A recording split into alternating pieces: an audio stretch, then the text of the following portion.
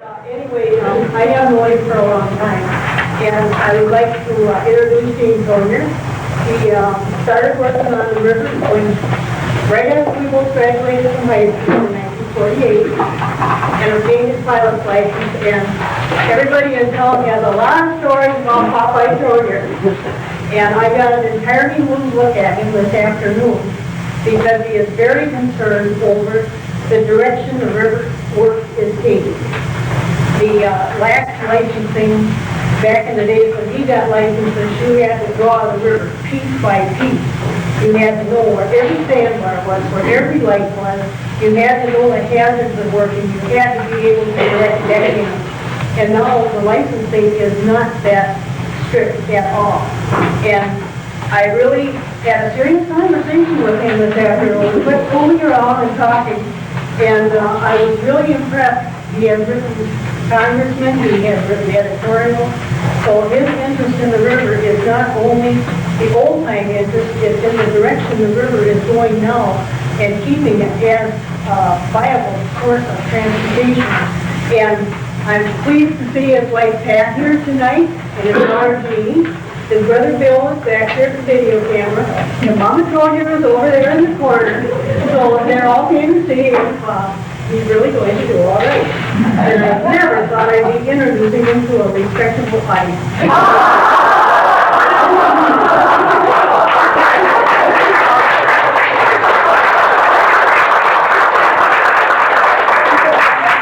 What we're going to do is, I have interviewed him when he came up on the clip story. He tells me that very few news people ever got on that board.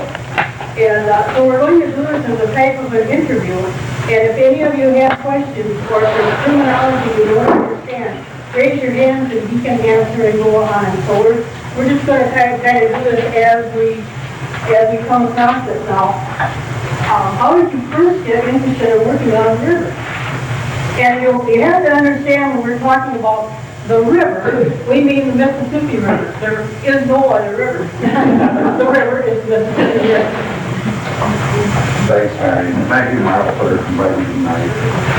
Come, you'll know. Anyway, that don't know me, you know, Devin Sue, I'm not a very experienced talker, I'm a speaker. If I speak too soft, too loud, raise your hand and say something with that adjust accordingly to here. And by the way, when Mary and Marlo's seat, when we all graduated, they carried for 12 years. I thought, well, of course, I'm going to get out and I'll do something my own. I'm really cool to her. You ate, slept, ate, and worked. And I thought, well, I just like over there.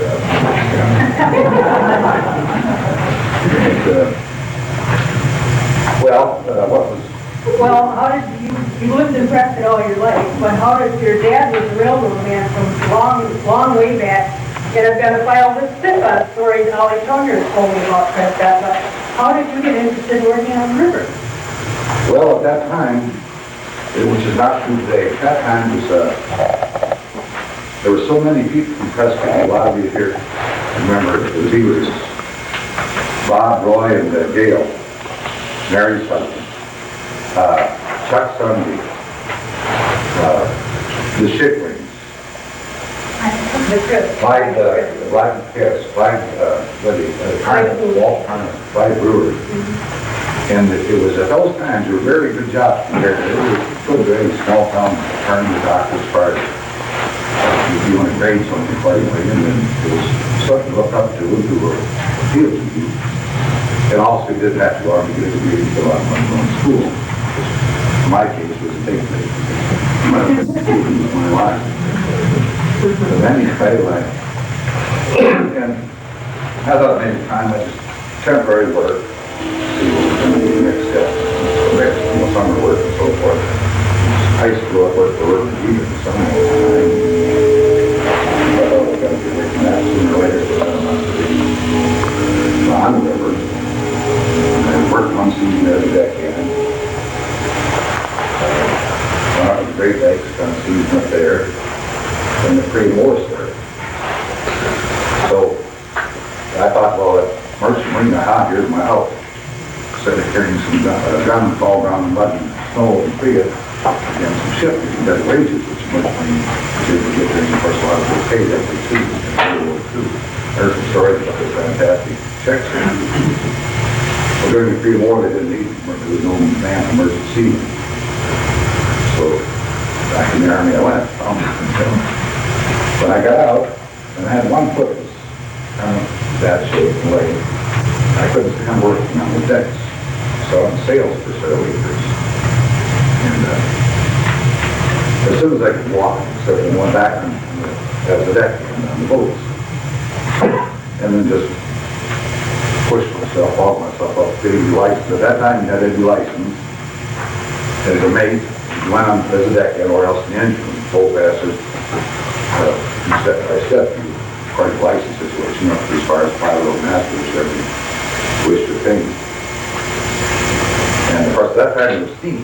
They were regulated. And the size of the crew, the lifeboat, the firefighting equipment, everything was inspected and regulated by the government, which stays no longer true. I think brought there to build some kind of to put bathtub on the outboard motor and push the right.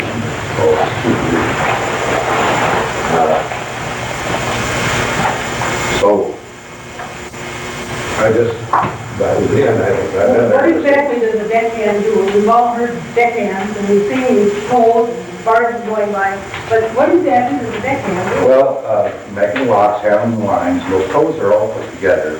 On the upper, limited to 15 barge tow. Well, northbound, because a lot of them are empty, not so many roads, they will a lot of times receive empty down the side of the boat. If the boat isn't over 35 foot wide. But your typical tow, maybe not on the St. Paul, at the time leaves Winona or the Butte or somewhere down the river, that 15 loads, probably mostly all ready. Might be some coal, as we used to ship out of coal south from coal coming out of Wyoming, Montana, cowboy coal. And the 15 barges is always practical through your locks and bridge restrictions and outdraft and currents, so that they have been taken apart as long as the exception of a 19 Cuba and the two locks in the St. Louis area. On the place lock 26 is just over a year ago. And those have a 1,200 foot chamber. So the boat, say a boat that's 140 or 150 feet long. Each of these barges are between 195 to 200 feet long. So your total length is probably 1,100, we'll say 50 feet, varies 1,140 feet. So you take them into the lock chamber up here, for example, Hastings is a 600 foot chamber by 110 foot wide. So you tow 3 barges wide. Maybe we should draw that. Would that help? Yeah. Gene has a lot of pictures back behind, but this is the back thing he's talking about. Imagine standing back, looking out over this and trying to get it down the river and around the bend. And this is what he's talking about. I mean, he's describing poles, this way. Now we'll just pretend this lock number 2, this lock house will Hastings, pull out and everything. This is your dam going across the river. So this is the upper gates here and the lower gates. So this total, right there, post, and you get on this wall. And they open these gates up. Actually, and the total will be laying here like this.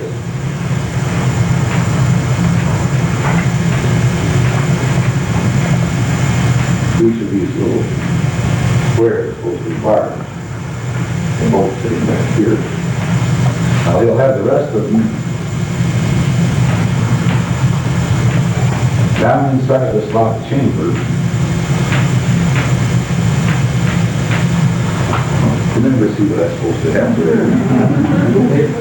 All right, so they break off these 9 barges. He backs this second cut they call the power. Beyond these gates. So then he's tied off back here, they close these gates after he gets backed up. Then they'll drop this, we're saying we're going to be southbound. So they drop the water chamber, approximately 8 foot, and depends on the water level conditions for about 9 foot. They lower these lower gates, bring them back out of the way. They've got houses, little electric winches with the wire attached to the toe, get it moving. They'll get that moving out of there. Sometimes they use a little water through the flushes. That will be the valves, and a little water kind of starts, so the toe starts moving out of there. So the deck end will be there, one on the head, lock, and also carry walking lines down. These lines are inch and 3/4 nylon they used at that time years ago was a peaceful chemical. They slow it down little by little, and so as clear as the gates, they stop it completely. They tie this section toe off. Then they close these lower gates back up. Fill this chamber back up with water again. Bring in the bolt and the second time. Excuse me, I should have seen the bar, so this can't be done. We all these 6 bars in the bolt because of length of boat is taken together the same as the time. We open up the gate. He shoves in with these 6 bars in the boat. Then they drop the water back up, close the gate and drop the water back down. Open up these lower gates. Shove up against this first 9 barges with these 6.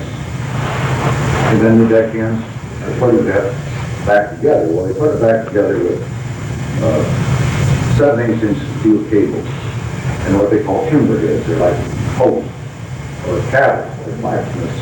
Handles are designed to remind you to look at them. And they leave these wires. They have to be done all the proper way, but also once they start moving, they can move. So some reefs are opposite the other. The whole place is one solid floating unit.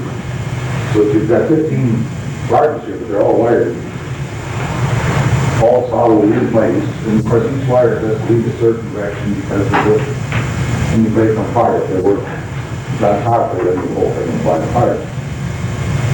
And when they're not doing that, or pumping bars, maybe you've got a leak or so, and or painting, everyday routine cleaning in the inside and outside of the boat, and things like that, so when they're out here, probably it's unlocked. Or if we just give you, calling back to us, clearance is awful heavy there, we're talking about some big, like 1,000 feet walking out here from the pilot house here out there at the cove. We've only got not yards but feet, sometimes inches actually, sometimes clearance. And they're giving you how far, how wide you are, whether you're setting to the right or left, and of course you're maneuvering accordingly. That's part of that now, that's part of St. Louis. There are no locks close to St. Louis. Where sailing. How dangerous is this deckhand work? You're working with steel cables and big lines? Those cables, they break, they're constantly something's happening. Or if they're out there, you have to run around, all fly apart, they fly apart, they're days getting back together. When those cables go, especially at night, it's something to see. It's like a small 4th of July display with fireflies, these sparks. Like a lot of welds going on all over. And many of them lost legs and arms and everything else. They're walking out there with the damaged covers, they're lifting and unloading with the steel frames, setting them up and down top of each other. There's always jagged edges sticking out. There's all that rig that they're walking around on top of and over, tripping over. And every foot of the way, if they aren't careful, and one misstep, if you're inside the toe, you might just get by a bruise or land in your nose or something. If you're at the edge of the barge, it could be gone. Chances are the other one, if you go touch it, you go in front of the toe, you're gone. Very few exceptions if they're live. There's no way to stop those unless maybe 1/4 mile, very best. So that time you probably go over the top of them. If they live long enough, you come up the other end, trim. So it's a real hazardous work for the And then, now when they're working, what are the working hours? You live on the boat, right? Always when you're working on the boat, are you working a month on and a month off, or 1 month and 2 weeks? Well, different companies and different people have different lifestyles. Some of them prefer to work a month on and 2 weeks or 15 days off. I know some of them, they talk about riding 70, 80 days. Just imagine how they can do it. I've done it on 40-some days already in a Mississippi or Delta clean, but that's when you tie up so much and everything, like that riding machine or something, so it wasn't a big problem there, on these boats here. And you tie up enough to, you're not in a grind here, 6 on, 6 off, you grind away, you get up. Well, a typical watch, like for myself, I did that can't see whatever on watch with the engineer, or system engineer. They call me at 11 o'clock at night. So I move around all the time. I have a little coffee and I'm ready to leave the pilot. Then I'm on watch till he comes back 5:30 in the morning and relieves me. Anyway, I get out and have breakfast and go to bed, which is a bad thing to do. It's hard not to go. There's nothing to read. I read like I started to spend 4 hours a day to read because I don't care what I want to get books. Well, then so I'm off at the, I get out and have breakfast, go to bed, sleep for maybe half an hour. So then in the morning I'm getting up a couple hours from now. So I'm back up about 9 o'clock or 9:30. And in the shower, puck around, I don't know, around by some day or something. So that 11:30 in the morning, I'm back up there with that same watch you get to. Midnight to 6, noon to 6 p.m. again. Then in the evening, then I go to sleep. Well, in the evening, then in the morning, I get up there, you want to go to sleep. But I found over the years, and then there's always the exception to that, but I found that in the evening, I'm fired up then by 6:30. I've got my book or something there, pretty soon that's to turn that whole thing up and can't get the pillow. So by 11 o'clock, I feel pretty recovered. And that's a long watch. And for a month at a time. And a lot of people got the idea that we get to St. Louis and we go down there for a week or 3-4 days. There it is, no stopping. Everything, our fuel is brought in midstream, all your supplies.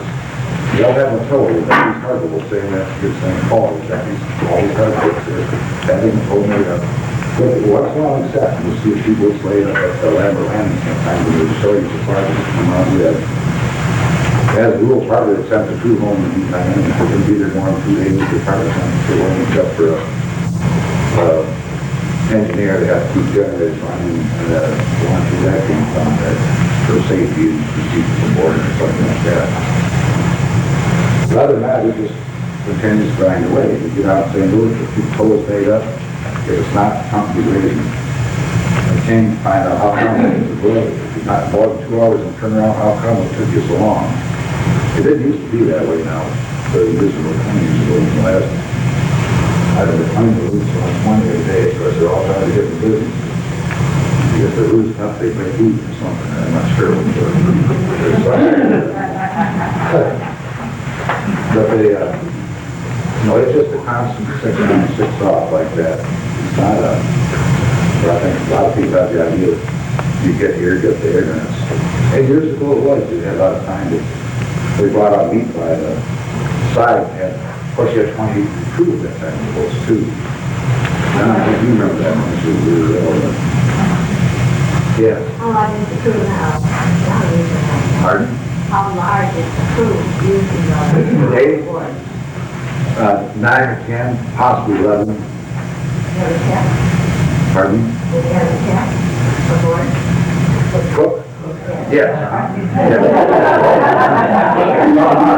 Really are, yes, some are just, most of them are very good. I lose a little sleep once in a while, but I don't necessarily make groceries. Hey, Popeye, how many guys are in the wheelhouse when you're running? One. And that used to be two. The law retired years ago. The mate was at, near or around the wheelhouse, other than it's an emergency or something, it's called outside. Nowadays, you're lucky to have an emergency to get a crew out. In fact, cat burns up on a boat, the engineer seriously burned down here just a very dry. I just went to Prairie Sheen last March, at the end of February last year. They're down to such a skeleton crew. The one deckhand was up there at the pilot house, talking to the pilot. The other one was doing something, and it started with a cigarette. The other one was 2 or 3 people on the whole boat, up, no one in the engine room, no engineer. One engineer, he's up during the daytime. The rest of the time, hopefully God, nothing happens during coming down on the bridge or lot, where he has time to get up to take care of it. And the fire started. The captain was in bed, off watch asleep. He, I don't know if he burned or was asphyxiated, but and the engineer was also in bed asleep. And he was seriously burned.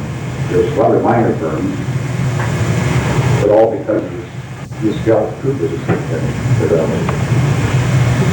steamboats of, well, I mentioned John, remember that years ago, 26 then was a minimum.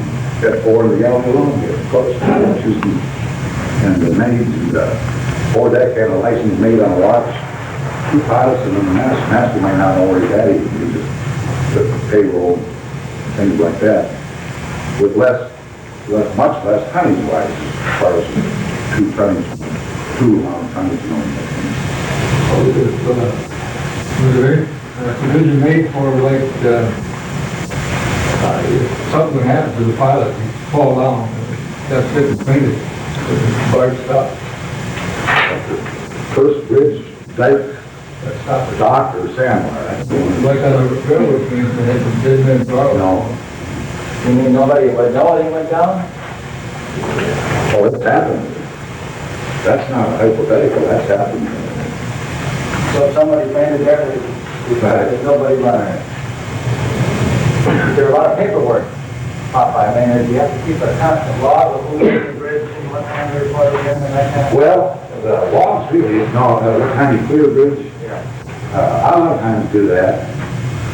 Depends on the bridge at the tip, recently, how often too. A lot of times I'll make a notation, it's not my law department. The law is just about non-existent out there today. It's hard to believe, but I'll cite you case after case of what's going on out there today. This is what you say, this is guaranteed. You think the Coast Guard is protecting you? I can come up here with a load of ammonia, high test gasoline, and you think, well, they wouldn't allow that in competent pilot or crew that's asleep or something like that. Don't 1 minute. If this is going to happen in a big area like Cincinnati or St. Louis, or the New Orleans Harbor is going to set a fire down there so often. I was waiting to catch a boat one time. You remember that, Pat? How many years ago was it? I had to go down to oil back to shell that. I couldn't get the boat to the green after everything was tied up. Finally, I found out, well, I got to get a hold of the boat, find out where they are. Are they down the dock or what?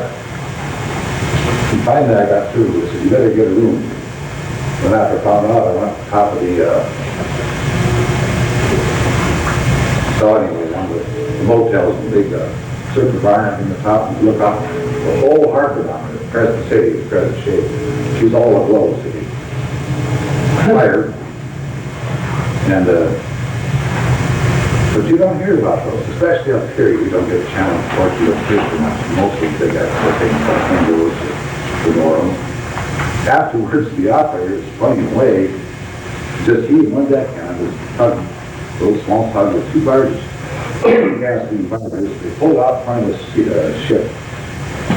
I guess crossways in front of the ship can't stop like that, you know. And afterwards, they figured he and his deckhand were missing. The tug was missing. They figured it turned up too. It's on the bottom of the river. The river's 175 feet. That's not a, 18 or 20 foot, which is more common than you think of. Well, they found them the next day. They found the tug about 4 miles away with oil dock tied on. And the deckhand drove the pilot home, the operator.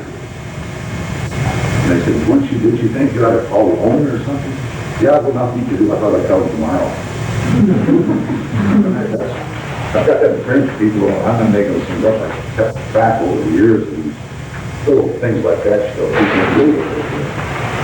What's going on? Can you complain to OSHA at all? Very good one. I know what it does, yeah. OSHA, we are instructed, we don't allow OSHA on board. And OSHA don't try that hard to get on. We did have to have a marshal with the U.S. Marshal, see federal waters. called up, this summer, something happened. And this particular company I was working for, and I just had it. The violation, it was difficult. They wouldn't bother they were supposed to have a tanker. Well, licensed engineers have a tanker's license. None of them had any kind of license. They could take it into the office of the library, change tires and gas stations for the last 3 years. That's good enough. We'd be an engineer. So, transferring fuel from one boat to another, rather take it on a return boat because maybe it's possible rates. And when you're buying 50 or 35, 50,000 gallons at a time, you can save a nickel a gallon. So there's a big savings. I can understand what they try to do. So they pumped this other little boat. In fact, the same company that kind of down here was right here at Prescott. I was down there this summer. It happened here last summer, last fall, so the apartment. I imagine there was a lot of stinker. I mean, not stinker, a lot of commotion over that. They tied off single crew, little tiny boat, 4 or 5 6 barges. And that was this company. And the things they pulled were just unreal. And they get away with it. And you think, well, how come? Because the ocean's not allowed on unless they have a federal marshal. I call the DNR, they're pumping their bills, they're pumping all out the article. I fish. And there's room for these boats out there, the fishermen and the budget boys. Yet they all use consent. These companies are so greedy that all in all, we're your friends. That's not true. I can prove that. I'll show you that. But anyway, I called first O'Fire, and he gave me a number of Madison to call. So I'm telling DNR, I'm whistleblower, it's going to cost me the job, I don't care. I tell them what boat, when they'll be here. I had someone through the Lock and Dam and Hastings through a computer system they have now to tell me where the boat is right there, way down in Missouri, but it's northbound. So to add to play, I got to figure it out in so many hours we're going to be up to in Wisconsin waters. I don't even hear back from DNR. I don't hear anything about it. I tell them where they're pumping the buildings, how much they're pumping. If you feel sometimes what for, you know, you just private job, this is bureaucracy that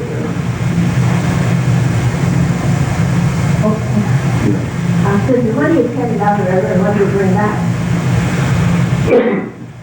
I myself mostly all drain Down or down? down, and there'd be some coal on it. Like I say, it's that western coal, it's a low sulfur coal.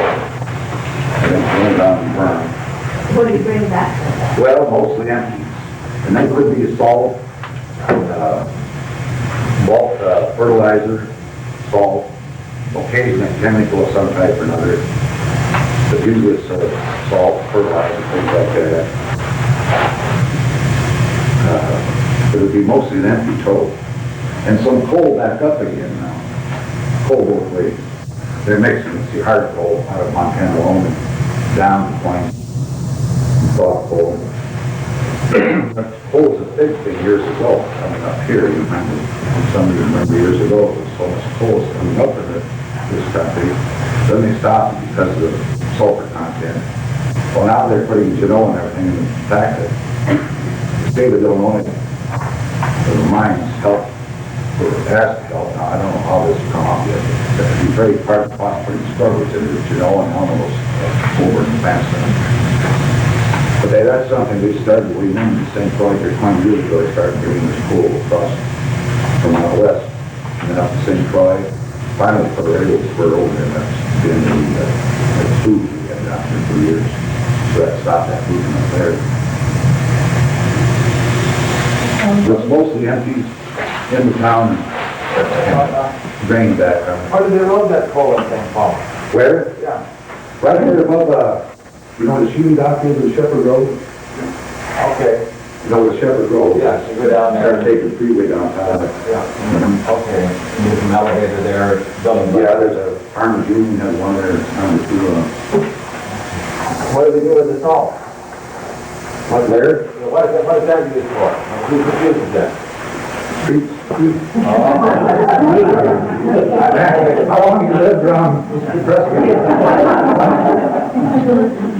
Yeah, I have people who watch the coal environment go by and ask, economically, one of the things that the owner of those barges would have a plan so that they came up for that book. That is received. Well, there isn't that much shipping product. That's why, yeah, they'd love to have all the, the products to have a load of total monthly with it. They feel that demand for And the lawyer that you mentioned, does that come up or down? that's coming up. Yes. I think one of the things you should probably mention is the fact of how economical your barges really are compared to the railroad traffic, or the railroad part, because I think there was some statistics out by the Department of Transportation in Iowa that shows how much your barges really contain. Well, the economics of it, I'm a little doubtful. I just figured all the time that barges are waterways, I thought the companies. They give you one figure today, depending on what they need. They're showing us we don't have this, the barge lines are operating, it's going to be the end of Western civilization. But then again, they don't know about the rates, so therefore they adjust those figures to what they want you to see. But I think what you meant maybe is the tonnage lines. Yeah, how many Well- railroad cars per barge, how many truckloads per barge, the barge tonnage, and this was put out by the Iowa Department of Transportation. I've got that. We were looking for that this afternoon. I think how many people, I don't roughly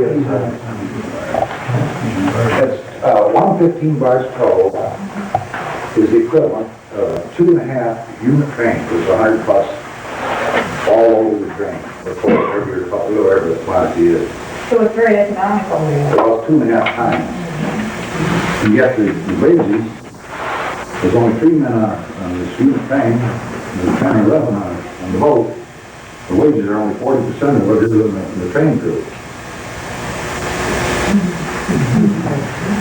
No, that's right. You mean the 11 people, their total is 40% of what the 3 guys? That's right. You got that backwards. You don't have the union then? Years ago, they had an envelope.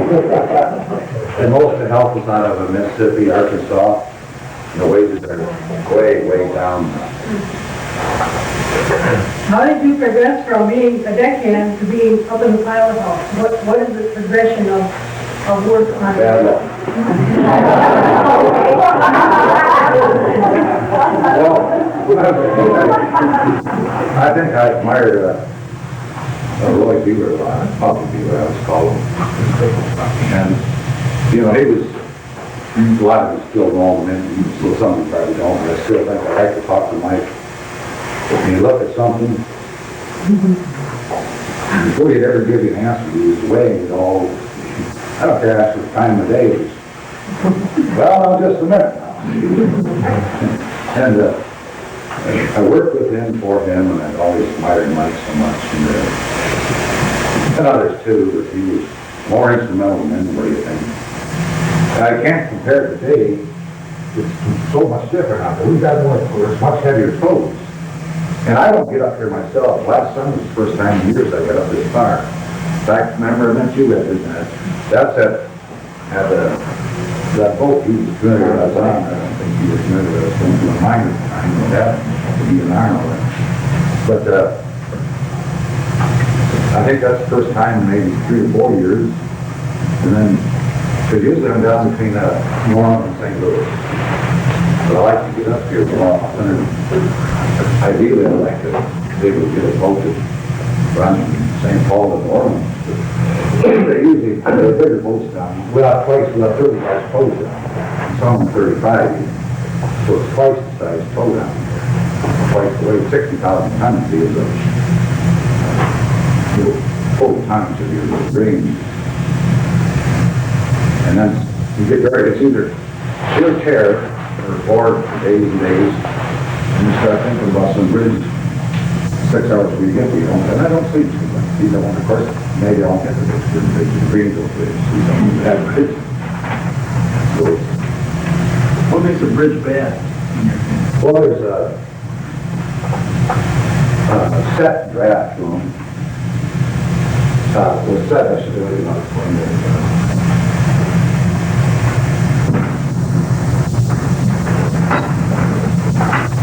Bring them this, that is where, by the way, there was two people, Adolph Hankin and Lou Frank. They went down on the matches when it gets there. Green Cove, Mississippi. That's always been a bad one. Vicksburg is real. I believe I'd rather, I don't catch one, sometimes you catch it both, works out. You catch the one early, watch, you can catch the second one also. But I believe I'd rather catch it. Maybe it's because I just, the first time in my life, just 6 weeks ago before I got home, I blew the general wire and everything else. I thought she was on around Pittsburgh Bridge. In broad daylight, at lunchtime, noon too. So what makes it dangerous, huh? Well, here's I'll try my this ball, no matter what you guys are pulling southerly, sometimes you're traveling east or north, and the bridge is constantly like this.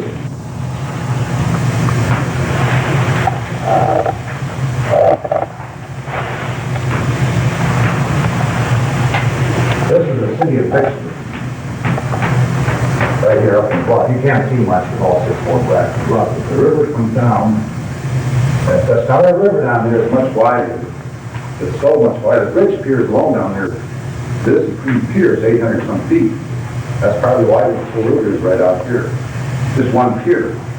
The navigation pier. This smaller pier is where it's on. It comes down roughly like this. All of a sudden, this is the bridge. Now you've got current down there, and it depends on up here. High water is probably 3 mile an hour. People think it's 5, 6 miles. That's not true. There could be a couple of places that go up in the 5. But down there, it's place 11. I think it's level 7. And you've got this extreme strong current.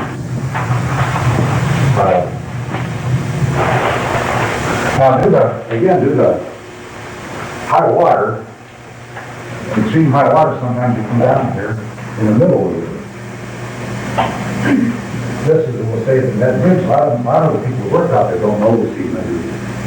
Look at it on radar sometime. That bridge pier we're running is half the distance across the river. Is that why? We have a problem navigating it. In low water, there's a bar out here. So you come down there very, very slowly, and there's fire stations, the Coast Guard down the wall, they might have some buoys along here. You find those things out on the radio by asking each other. Yeah, it's well buoyed out, not until there's no pressure there at all. So you come down there real slow, but you can't get close to these buoys too soon, or the outpath. This is the Yazoo River, by the way. You want to set the Yazoo River, which don't mean too much except because it's flooding and it's going to be more. So you come down there kind of slow. Get too close to the road, you're going to wind up losing this thing, knocking the whole thing off on the bar. But I usually like to be fairly close to them because this draft will kind of put you in the buoy line. That kind of gets you, your shear that's turned off a little bit. It kind of puts your shape head down. And you get down, as you get with 1/2 run of the bridge, you're trying to jack step. Trying to get the center toe right out on that pier. You can hold this as toe. So it looks like you're going to hit that bridge head on. Jack step is something they put up in the middle of the toe. A little flag on it. Kind of use to watch your swing. You've got swing meters on there too, but you use that a lot, especially in the daytime. And when you get within the toe length above it, this current coming off this point, all of a sudden she starts setting. And everything is going sideways. Now at that time, you come down here just dead slow, hoping she's going to hold you close to these black heels. Alright? Then when you get within 1/2 mile, come ahead, how this should go, so you're probably making 12 mile an hour, which again, everything happens in slow motion out there. You can see and have something gonna happen, it takes 5 to 10 minutes for it. The actual crash maybe, and nothing you can do. She's too late, she's all gone, you know, and there you sit. Oh, God.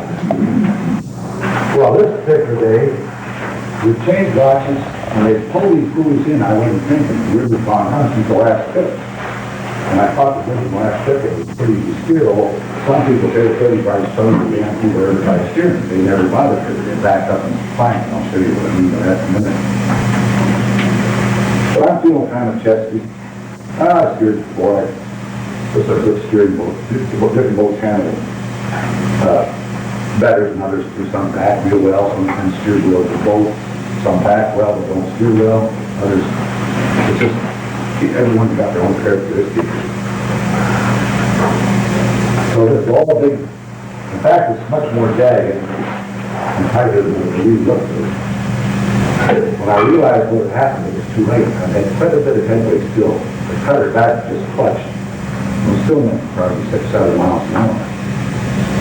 And oh my God. So the stern of the boat, I thought, I wanted to go bar how far that little point can stick out there. Well, she cleared there. Then run from the right all along with the net. And I can't get any further because the boat, if I knock the boat up till everything's gone. But if I don't keep it over there just far, if I break it off to save the stern of the boat, the whole works into down and hit this pier down here, which is the one you usually hit because of the current. That pier over there, that so, I'm looking out, and I'm not talking here, you just going to boat that rocky veteran sticker, or if you're married, closer than that. She's gone, she knows it, and over.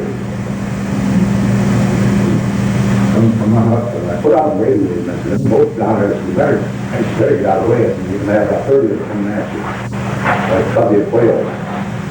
Loose.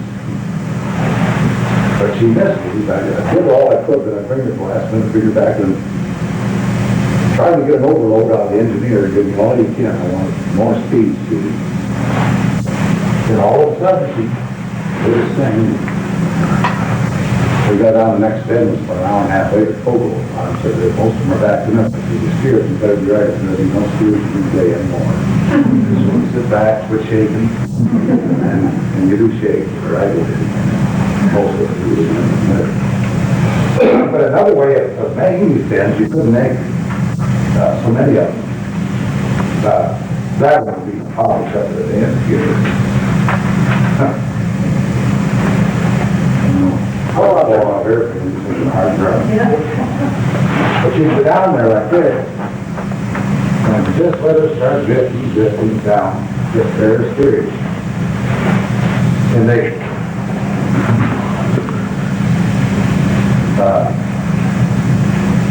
you keep your head pointed towards this, it's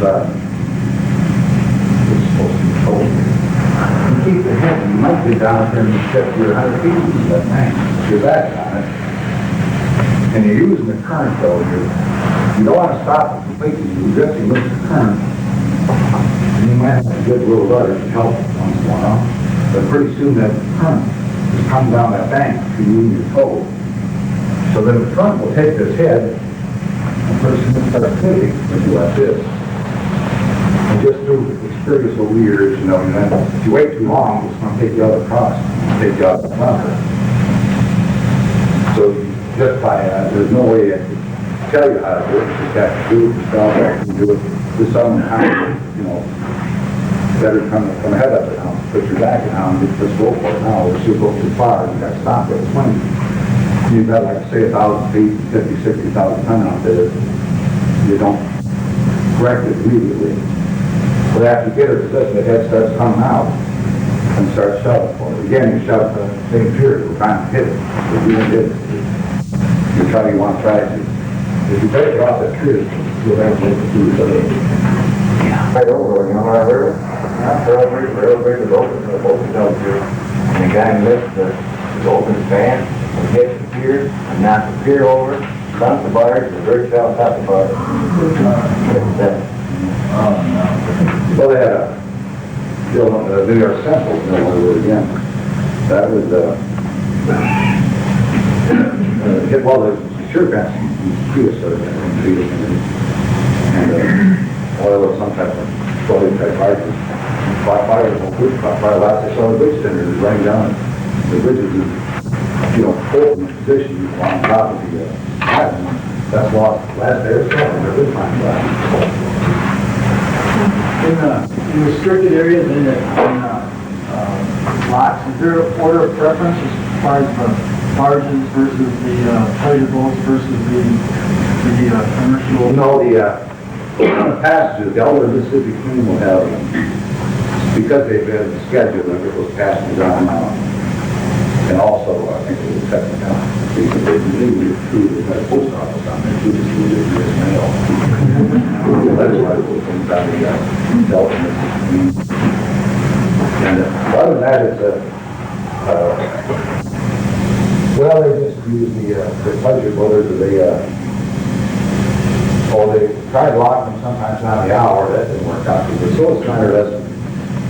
The tow is there, it don't take long to let those pleasure boaters go through, and they're really not that much of a problem. Tow is more problem, you're an hour and a half. If you have trouble getting another lock, you might be there 2-3 hours. The tow is the way in, it's the way it is. You know, you can't help it. Yes, Dan. The staff are changed, do they change, no? Yeah, not these on the, what we call the upper, 10 rows or K rows, Florence, Ohio, down here. There's some change once in a while, but very little, most of them are vegetable. And that's due to your locks and dams that control the flow and the high water flow. But down there in the lower, it'll change, I've seen it where I ran over the top of bars, found no less than 20 feet in it. And some meters, for a month before that, I was running a mile out of my way, over on the other way of the channel. You know, right over the top of the ice. See, the water level up, it's usually a 35, 40 foot rise with nothing. Well, I should say, it's nothing. It's not the extreme due to it. Here, a year ago, it was minus 10 foot in Memphis, an all-time world record. But a lot of times it's 40 feet above, 5 or 50 foot difference. So what caused that? Just brain life. Somehow, it was just not spring. Right now, I have a tower. Again, I didn't hear the stages today. Coast Guard does 4 times a day they give out river stages. They'll start at Pittsburgh, go down low out there, Pittsburgh, to Cincinnati, a lot of other places. And I started really looking at the K-Road, then they go to Buttersville, Memphis, Greenville, big matches right on that. And so that's how you have 6 with 28 drive. Tomorrow is again 29 foot, 3-day forecast. Maybe it's 5 foot, maybe rise 1 foot, maybe it's going to be 5 foot. You watch and I rise all the time. And then on my charts I use, I've got these charts with them all the time. I have it marked down there, all these dikes are in there, and sandbars. So I have marked in there, so much for a walk over here. In other words, my sound is the sonar up here, the total. Practicing using the fishing boat. A little more sophisticated, the same thing. And it was throwing me out there that hole in the water, a foot. So I might get reading, and first I got to have a minimum of 10 feet. Even 10 foot sometimes. Those boats down there are much more powerful than you see it too. They pull the water out. So 10 foot, if you slow it down, you might get across the right. I would be time to cross the water with less than usually 14, 15 feet. But my charts will show me, see that last May, let's see, Carolina dike, 18 foot on a Memphis gauge, on no less than 12 feet of water will stop that dike. All right, so I know. Today we've got what did I say, 22 to 118 foot Memphis. All right, so today I got 22 feet, so I know, before I got across there last night, it was 4.2 to 1, now then, so I go ahead and take a short, you would take a short that you never did against that current, you had an awful struggle getting up the river and high. What kind of draw do you need with a full load pump? Well, 10 foot is just about the, you can, southbound now, you can get by at 10 foot, and you can be drawing 9 or 9.5 foot, but you stop it, pull it. The northbound, against that current, you gotta keep those engines, so you're running away, or you're going to stand still. The southbound, you're gonna go where you want to or not. But the northbound, so then she wants to squat down, pull that water out, and get out of it. Yeah. I don't know, you no longer have to. They've done it, they did away with the license, so many years ago, they don't. And they, go ahead. It's different from what I finished. It's just another question. I was wondering what you thought was the most scenic part of the Mississippi. The most what? Scenic? Oh, from, the Yukon, not because from Wisconsin, but it is, there's no question about it. Down below, there's just forest, willows, and sandbars. Just wait a minute, I'll get right back into the question about that licensing was an interesting thing. See, they originally came about in the middle of the last century. There was no license one time either. There were so many accidents, boiler explosions, just unbelievable loss of life. What happened in the Civil War with it? Volcano or something, 1,300 went there. Returning people that are hurt in the war or something out of southern camps, that was exceptionally low, and that meant that still was all kinds of murder constantly being put. I think come up with a strong license law. They brought it on by what they will do today, probably think people one way it is. They come on a license law that requires the justice of broader inspection. And they had to meet certain requirements. The boilers plus the firefighting, lifeboats, life rafts, the crew had to be licensed. Well, in the 40s, it was just about the end of the steam area. And I worked only on a few of the boats. I started in. Then it went to all diesel. But way along, there was a match rate, $60,000. He pushed through an unexpected towing, unexpected operators, And they give a license, they never mind inspecting vessels anymore. As far as the operators, they call them blanket little operators. And they made it a point, they did not call it merchant marine officers anymore, operators of uninspected towing vessels. That's the way it's working. The only place you have to have the old license for anymore is on the this is clean, still clean. So most of them they don't have. A lot of them couldn't get a lot of them, why bother? But they turned around, Mississippi Queen, Double Queen, they made it so tough for them, trying to say, if they had to get this trip in the last 5 years, they have to make a refresher trip, or 2, or 4, or whatever it was, plus so many nights. And I could go on there, and maybe I've known through every bit, every tree, every wind dike, the mention those bridges from memory 5 years ago because I didn't make that trip. I'd have to take a ride with somebody who has never seen that part of the river before. He's operating an uninspected twin vessel. So for me to renew my license, I have to go down there and beg my way, please sir, could I take a long ride with you? And I may be doing anything. And that's what's come down to. So they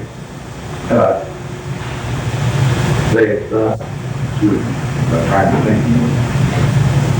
Carry away my health. Go ahead with something. Yeah, okay, you hit on licensing, okay. I happen to be part of the commission right now that's going on, and we had some discussion and we had some arguments with some of the people like from, the Mississippi from Prescott down to Illinois. And the discussion has been that if the pleasure boat operators are the problem with doing, you're piloting is a problem when you get people out there that are pleasure boats that don't know how to run them. And so there's been a lot of discussion about licensing and doing some different types of work with the pleasure boats and allowing them out and so forth. Have you had any thoughts or concerns about people, especially in the Twin City area, but maybe all the way down the river around the metropolitan city? That's going to be an awful problem because we have more and more of it, more people buying. And who's going to say I can have a pleasure boat, a fishing boat, and you can't? They want to break their cutoff. I know part of the Congress odd and even numbers on your registration, what they do. It might come to, I don't know, but it's common sense is the biggest thing. And they've got a lot of operators, so these total operators, because some of them don't any more than what they're doing out in the pleasure boat operators. Because the story was told that King's Golden Inn, about one of the biggest boats that they had, got the boat ready to go and said, "Where are the brakes?" That's what you got to put up with. Yeah. Well, it's an awful thing. You see them come down, like I say, we're 1,000 feet away. There's blind spot out there for hundreds and hundreds of feet. And you can't stop, especially southbound. And if you did stop, you'd never get up the river, especially on a weekend holiday if you stop. But they'll come down, you're so confident, at the last minute, they're coming this direction. There they come with a skier on board. That's what always bothers me worse, because the ski is something very good. A lot of them are, like myself, where they'll fall any minute. There they go from that toe. And that happens all the time. We picked up that, remember the time I come home one day with a pair of skis. They were just scratched a little bit. And where the skis came from was probably the other cross area. And I saw these people off the back all of a sudden interested in something. I don't know what's going on. I couldn't see anything that normal in the water. They picked the skier up. Another boat, I didn't even see him do it. I'm a tenant watching, especially through days like that on nice days. He went down. They got him out of the way just in time. Skis, got up to the same boat. Here's a pair of skis, which he was empty margins. And I ran over, he spun the wheel and looking hardly, a little hardly was up there. Savage Manila rolls that was black dog with a 35 across the mountain. Same boat, these two young kids that up and down fast, then wave, power. They come within here, here's the American Army there, started to go. Only had 4 miles or something like that. The next time they went back up, all of a sudden, of course they're going alongside, you see them immediately out from the blind spot, right alongside these empty ledges. All of a sudden I don't see them. Stop, the engines. All of a sudden here, one of them, the second one, they all popped out. One of them missed told him to pass over. The next one whole length of March, 20 feet passed over him. They both popped up. Windshield was broken. Lower unit was cracked down. But it was surprising, none of that was in bad shape. And they decided at the last minute swing right immediately in front of that tow when they ran out of gas. And so those are, but other than that, I don't know what you could do about it except programs to, and maybe they have some kind of legislation on it before they get, like you have, before you buy a car or an operator, you have to have some kind of little license.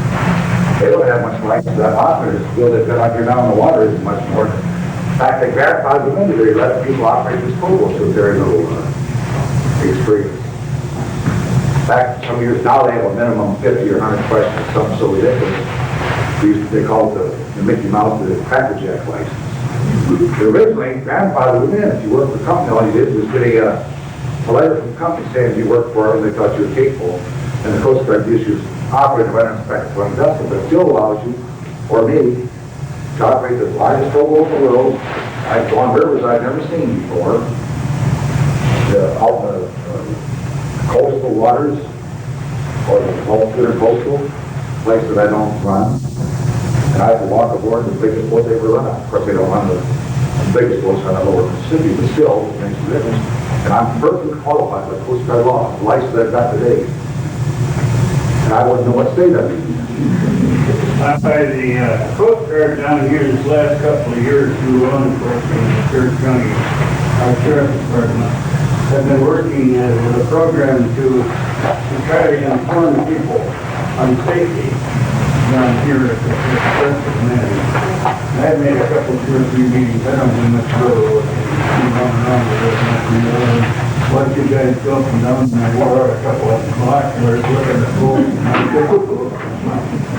But they come back, they come down here and anybody that's given trouble, and of course for safety, with our law enforcement out here checking the boats all the time, there is for safety not only for the boats, but for the people.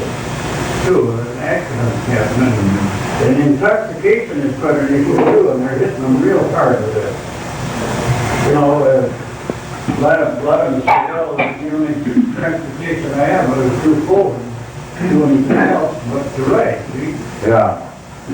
So, you know, I was gonna ask you, did you ever have much experience on ice breaking, stick ice, Oh, a little bit on the Illinois River. on the Illinois?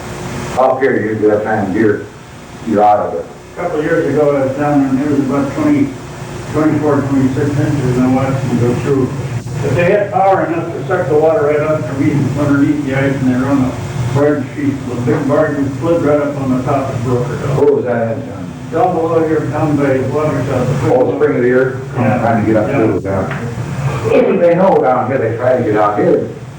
75, they got caught. They stayed up here too long. And then, Froze in a bunch of barges. oh, and they got them out, I mean, but what it cost had 8 and 10,000 horsepower boats, which is unreal in this country. But they pull fittings off. See, pretty soon no cattle left them to make you pull it up to. They got, the only reason they got them out that time is because it was normally warm rain in January. Softened the ice up and finally got them out. I'm not sure that they'll go after the kids. They don't really end up to get out there. We managed to Underneath landing and see where they got me through, slush ice and she went underneath the barges and, you know, they were stuck. Oh, yeah. Yeah, you better build up. I go right up underneath the barges. And the only way they can get them off is down hook them. I had it. Common problem to blow the water off them on it. Yeah. Yeah, but I had to build up an empty barge one time. They said, I said, no, I said, you can't move it. I can spin it around like a top. Pretty good sized boat, too. Push it around and couldn't pull it, break it loose. One more empty barge. Empty barge. They used to, ice build up, they have block 26, and it would build up. They start dropping pool, but then you go and find all of a sudden the whole coast starts coming apart. The ice is pushing one on, breaking the wires and everything's in there, and that's. Gene, you mentioned several things to Mississippi and Delta Queen. Would you talk a little bit about your experiences on local enforcement, how that led you to be on the coach team up here? Well,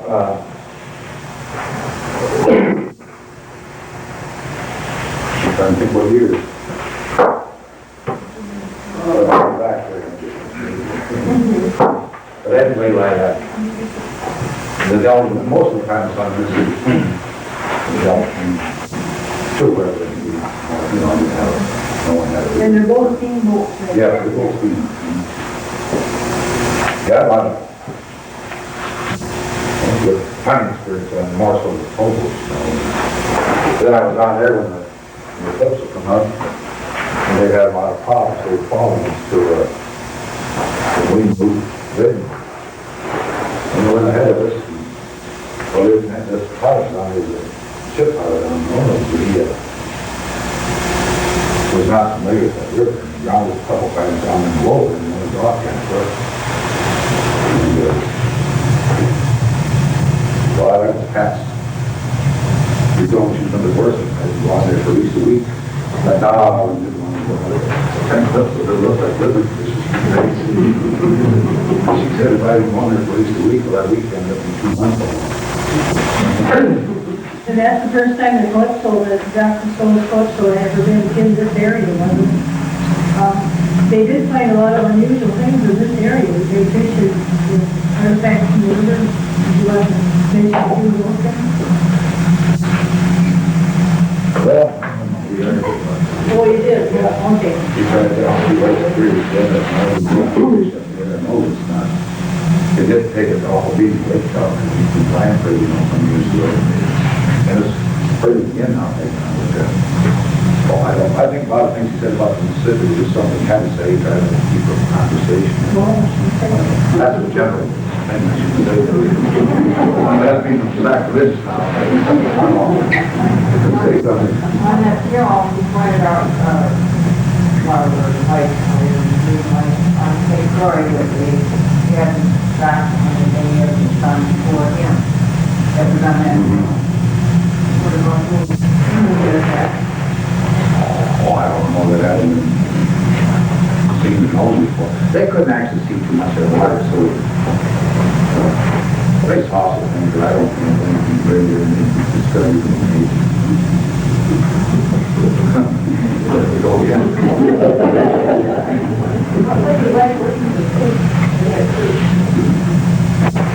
Oh, it's an experience.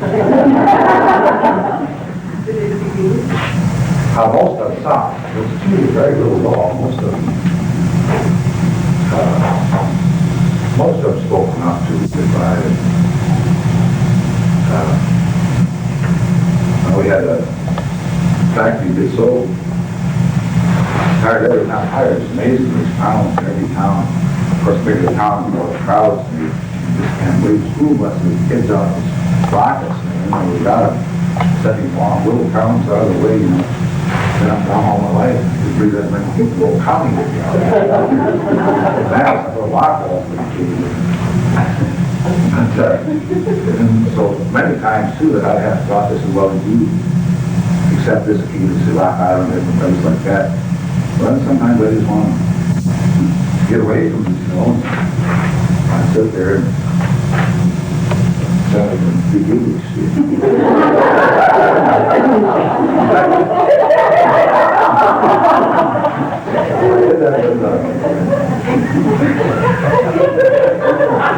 Is anybody here a member of the Hubbard family?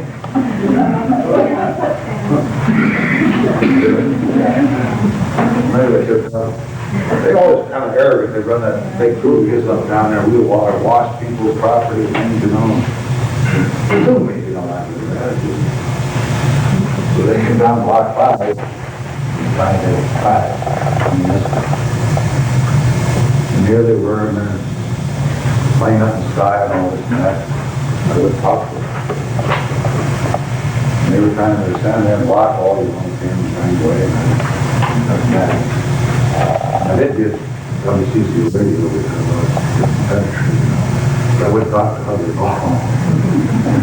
And he offered down, he offered Jack was still over there. Not just a lot more doing than you like, but she was very so shy. Not really shy, but she was anti. I think it was shy because of new people, everything, and that is in the past. And the folk that's playing thing down line is festive. We see that they didn't have this whole act together all the time, very well at all. Since the first version that all came out on television has been redone, it makes a little more sense. They jumped down, people didn't know that Missouri, or at least part of the Mississippi River system. A lot of people didn't know that. They were showing shots out South Dakota, Montana, Indians, and Buffalo, and there wasn't a connection. But there is a connection. You have to keep searching for it. But she thought I could do no wrong. Hey, John Wayne. One of the things I always laugh about this, they had food imported from France, but they couldn't get it from specialty stores here in this country. French chicken bread or whatever they like. And it was so rich after about 3-4 days, they always get in it for just a good steak, rare, even McDonald's. It's fine food, The chef, I've never been a chef. I got to kick out of this. All the wine for every meal. Wine and breakfast. I swear to God, I want to make that thing myself. I thought one time I saw her wine with cereal. It was all California wine. But she's well, let's stay here, then Prescott. That's fine. Oh, okay. And the time you get this act together with everybody from there and how much. So that's when Hubbard food was still folk thing. He's trying to say, once they paddle out to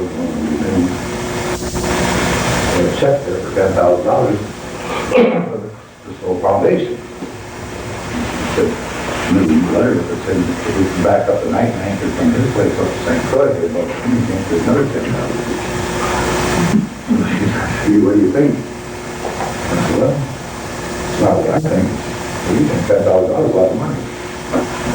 Tax write-off is money, I will stay here then. I didn't want to vote. Just being Republican, so it's just too arrogant. run it, the score and play. How much water was you drawing on that boat? Oh, almost 10 foot. Almost 10 Yeah, foot. that's why they don't want to come up here. I could see it, wouldn't hold. But I could just see it on, most of all over Antarctica, Arctica, all over the world. You know. I could see now getting up here and traveling the winter, low. If they're gonna do this, they'll have to do it in the spring of the year, and you get some extra water. And, I was glad to get back out of it. Long every day they stall, I gave another finger in it now. It wouldn't have been my fault, but I've done the goat for it all. Did you say that wasn't all? It was home, it was a minesweeper. It was built out in Washington. What about the mayflies? Or mayflies, you know, they're just seasonal, they go all the way down the Mississippi, or they just up in this area? Mostly up here, we're a little more current now. We don't have backwaters, so much more current. Which in one way is once you hate those things, it's good sign of a clean air. It's a DNA. So it's not all bad.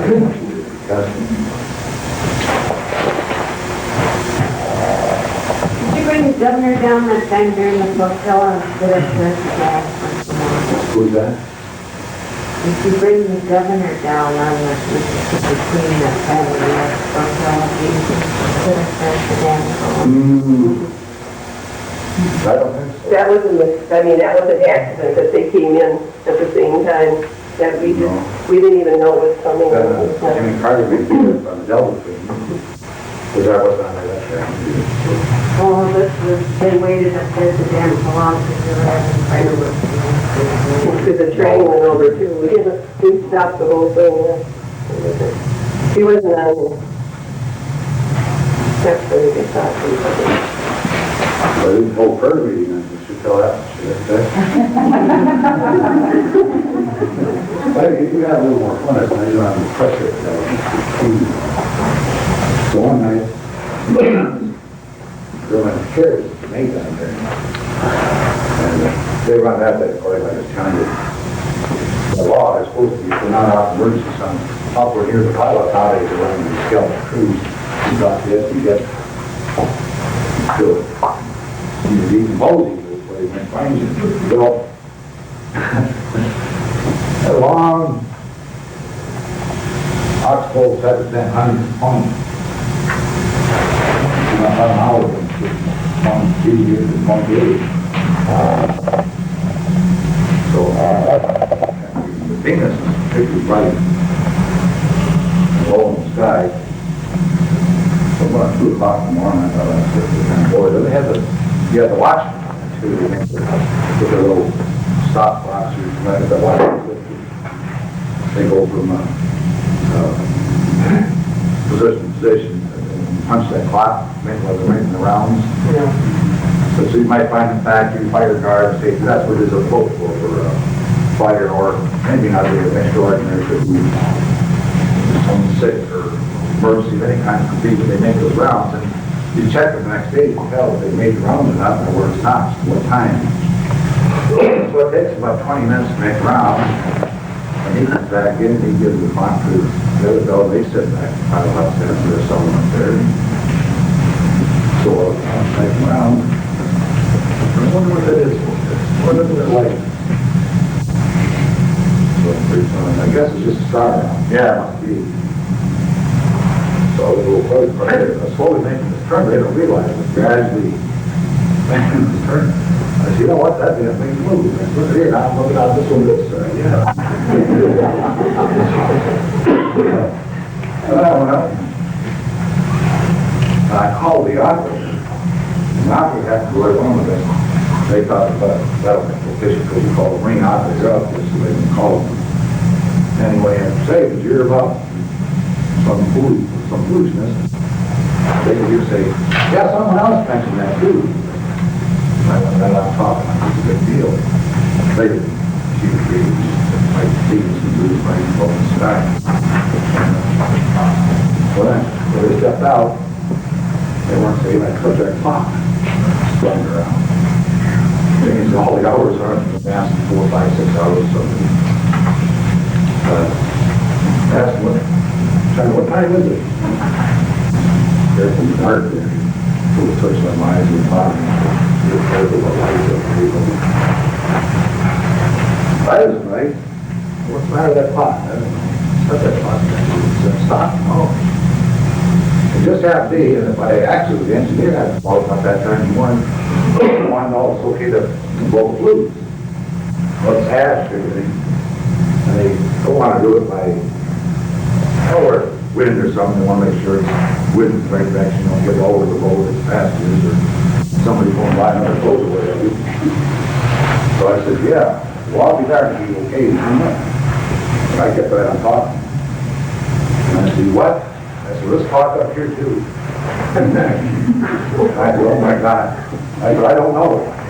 They're all listening to this conversation. So,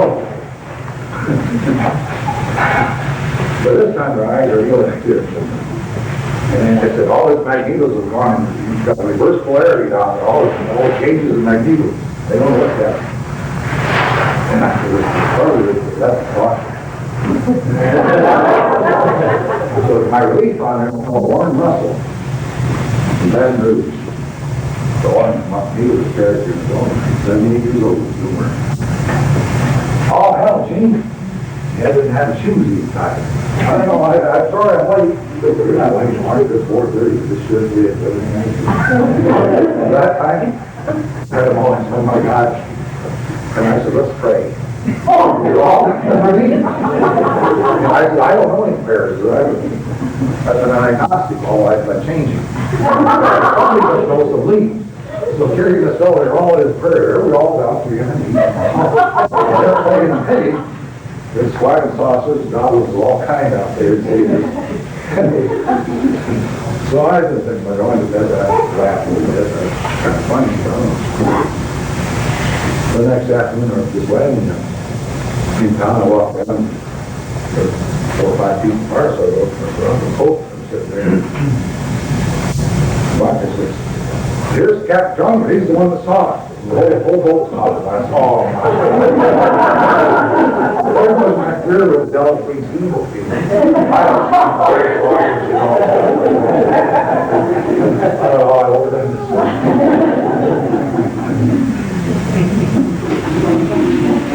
My brother Bill just had a question. He wanted to know if you ever used celestial navigation on your, it's all strictly by your logs and through your instrument. Yeah. Well, that's what pilots is.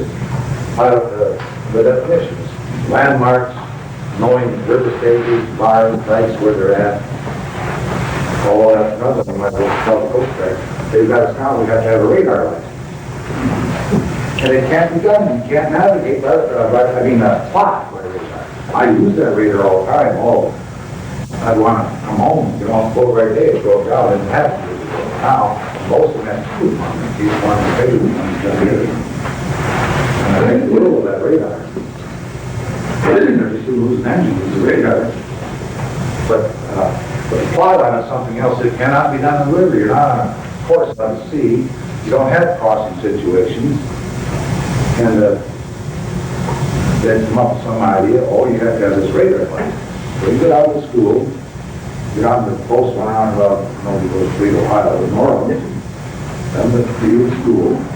That's the original, that's from 5 days. To a school fee, then you have to stay at a motel and get transportation back and forth to the school in order to learn how to swing the pot on radar.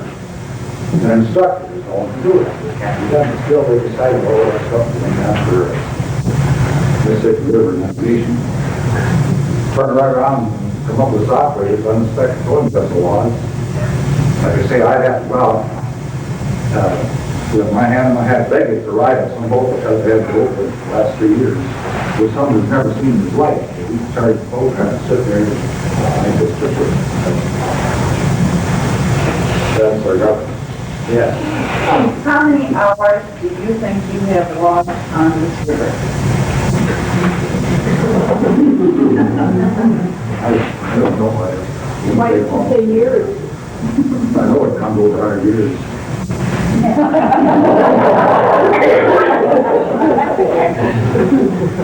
Way over.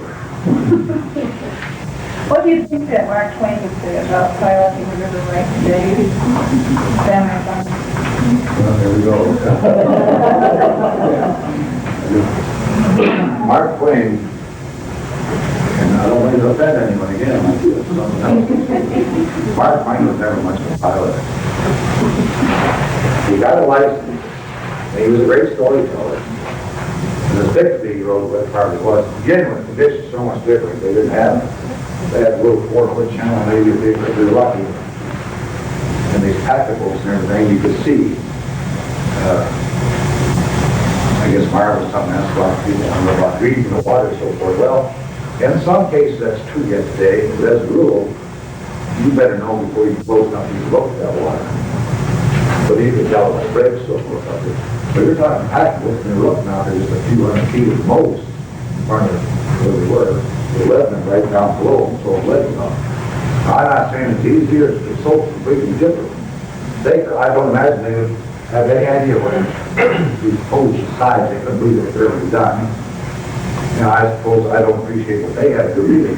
Not Mark Twain, because Mark Twain is nothing but, he's got people believing they could tell by the cross-eyed hair stood on one leg, and then the fog was coming in some time that night. That's all. That's all bull. Now, the other might be stop common church and trick it, but I don't know. But I mean, most of that stuff was all bull. And Mark Twain was never, he rode with some people and he didn't get his license. And he said he'd rather be river pilot than king. I said, I don't think so. Let me try it. Yeah. You said the cliffs are through 10 feet, but you didn't say the length of the width of the boat. And I forgot. I think it was 100. It's in some of the stuff back. I think it was 115 or 18 feet. I'm not going to say that. Quite small. Anybody else have something? Mm-hmm.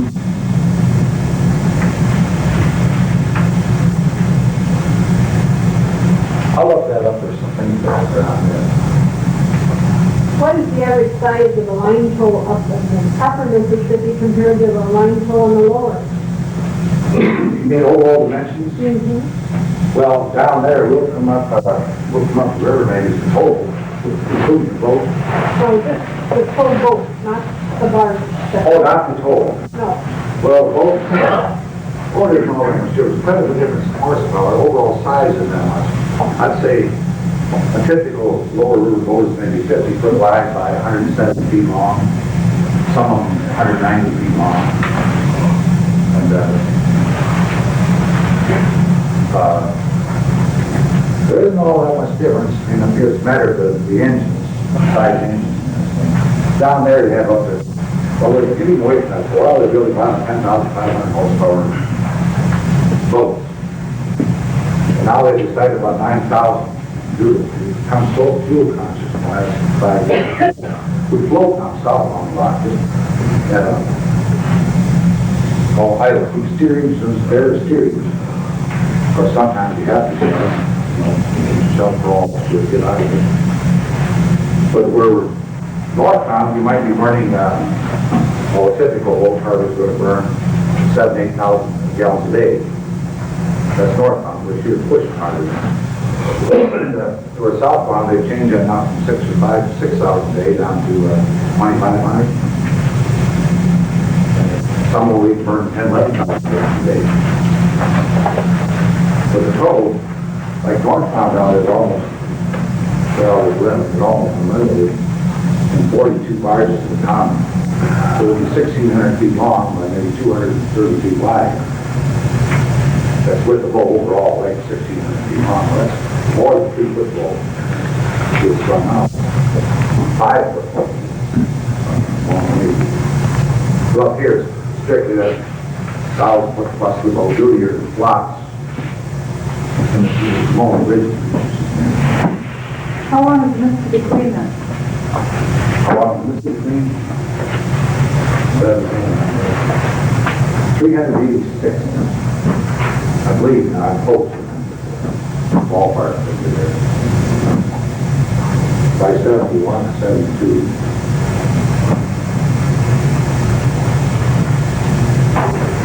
I told Dean this afternoon, once he got started talking, he wouldn't have any trouble waiting. Or keeping going, I should say. But Dean did bring along a lot of the pictures from the Calypso, and he brought along some river charts. And we'll just move this out of the way, and he said you're welcome to look at anything that he has back there. And does anybody else have any more questions that they'd like to ask? Well, I have one question. I have two questions I can ask. Let me ask you, Dean. I'm studying it, and it looks like, I would say the bond, the then, well, explain to us. All right, let's see. Was that it, Jonathan, What was it, did you rob out of the desk? Yeah. I don't even know what that was. Taking the board to the French sheep ball was told. No.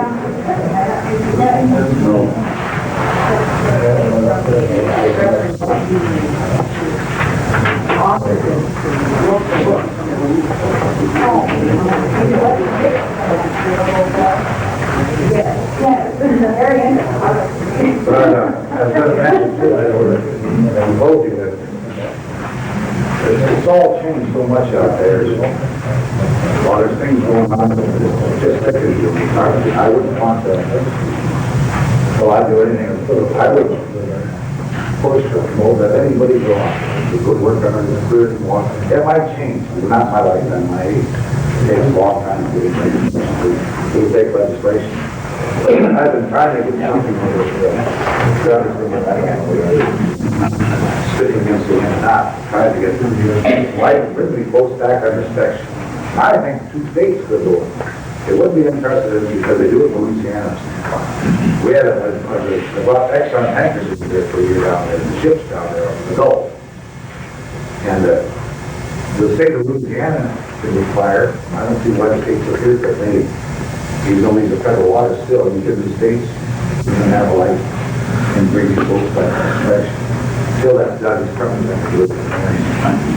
Someone deliberately buy this whole junk, this whole guy with a gold rock thing on 2 ships, they get it for a little mountain, or don't make it, they'll take things, use on lease, or whatever they have, take care of it, get their mind revenue out of 1 ship.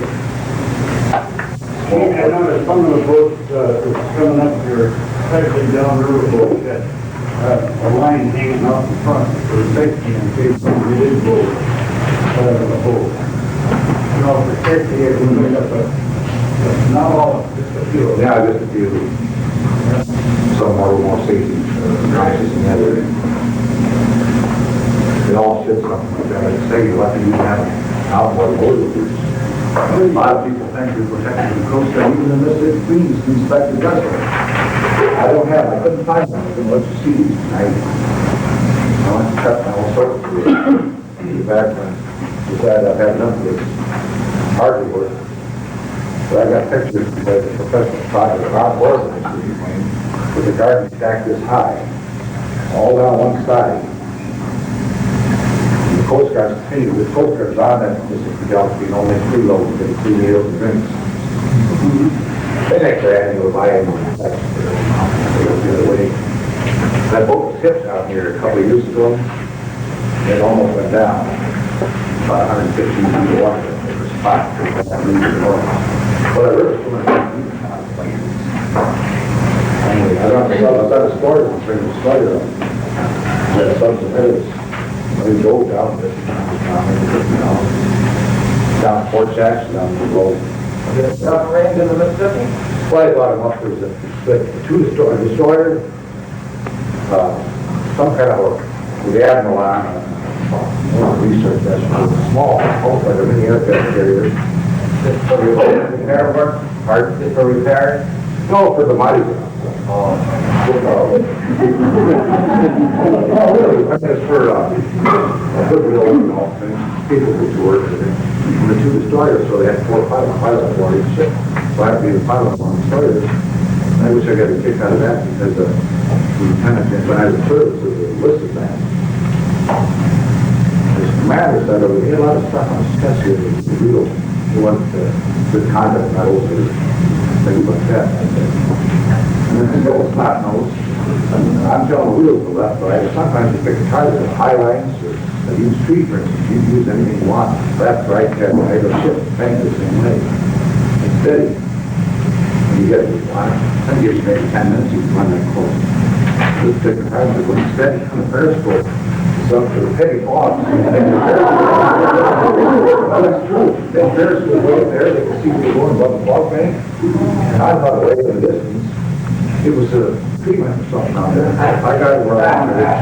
When you run across the money on freight, or compass courses too, so you don't have compass courses on there. And there's, of course, he was saying that he should be also do what he's doing. Of course, I couldn't go along either, follow him. But this lieutenant, he said asked he wanted to repeat the wheels. He asked him to do left hand, right hand. The wheels actually do the steering. Finally, I got to look. Would you mind shutting your mouth up? I'll talk this man. Well, it's just that much makes sense. That much chance for us, in order to be misread and misunderstood. Why not get it right for me? I'm Sam, the guy can hear me. And he's like, I'm talking to Bob, and you want to relay to him.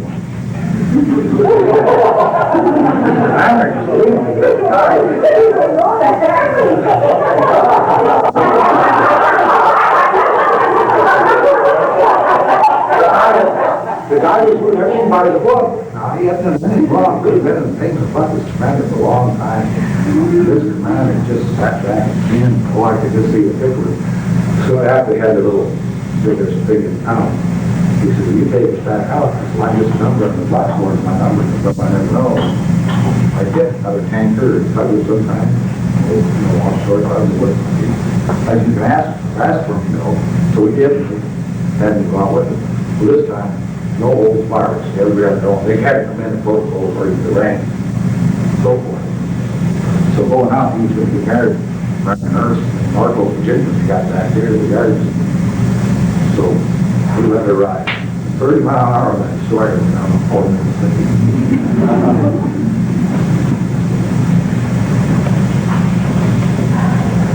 Steve, how do you get your job assignment? Or do you work for a particular company? Now, well, that was a job assignment. So many of us in the blackboard number. And as these tankers, whatever it might be, see what the barges come offshore, Puerto Rico time, and just the number of drew it, and took it down to the Irish, took it down to Venice. And the pilots will take us out to the Gulf to report to your ship that way, somewhere it might be. And your number of patients. Now, you said you worked for Lower Mississippi. How do you get your job assignment from Mississippi then? Well, right now, I work for the same company. Mm-hmm. And then do you have a seniority rank within that company then? Do you have somebody captain? Not really. That you don't get up here this way? Or they don't work in Mississippi? They've got several folks that do come up here, but this particular boat is just too big, and they just don't bring it up here. They shave stuff, we just couldn't handle it, vast, and things like that. What company do you work for? SCF. I was with Cargill before that. I work right up the river, so I see all these folks come. Yeah, they was great, paint wall gray.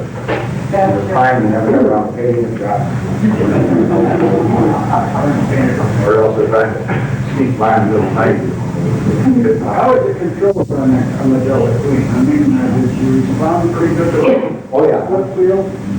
Monkey rudders under the bottom? Yeah. They have bow pressure.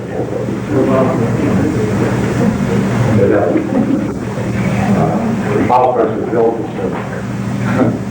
it's still in the bow, which is the ship work. This is the old tree. It says crosswind.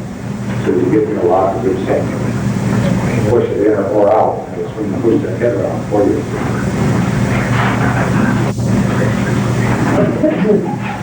There's hundreds of those places, there's a third wheel boat like Mark Twain on the old chart.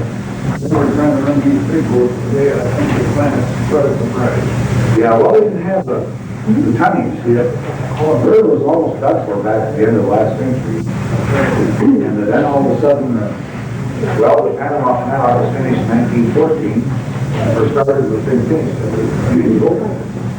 they started hauling, it was more economical to ship from the east coast to the west coast through the Panama Canal than it was for people who put things out of the west, the middle of the Midwest here. If I had to do that, the Panamanians down there for that canal, I want put these locks, dams, and super. Really, a lot of it was too cheaper. They can get goods shipped to or from west coast, east coast, go through the Panama Canal, and then get it through the Midwest and the coast. So then, Hoover, of all people, is gone. And then he cut back because of the deficit spending, and he wanted that terrible. And then Roosevelt again picked back up on it, you know. Well, it was in case we could make work, it didn't. For certain, there was no shipping goods and everything. So they started building locks in the 1930s. Lots of places started working later. Most of them, 38, 40s when they completed that. Other government, they've got 27 lock dams, and not counting the upper North and in St. Louis, they've got 27 locks dams. You've got you don't have lock number 23, but you've got a 5 and 5A. What? How about a 13? Yeah, I think it's Well, 13 is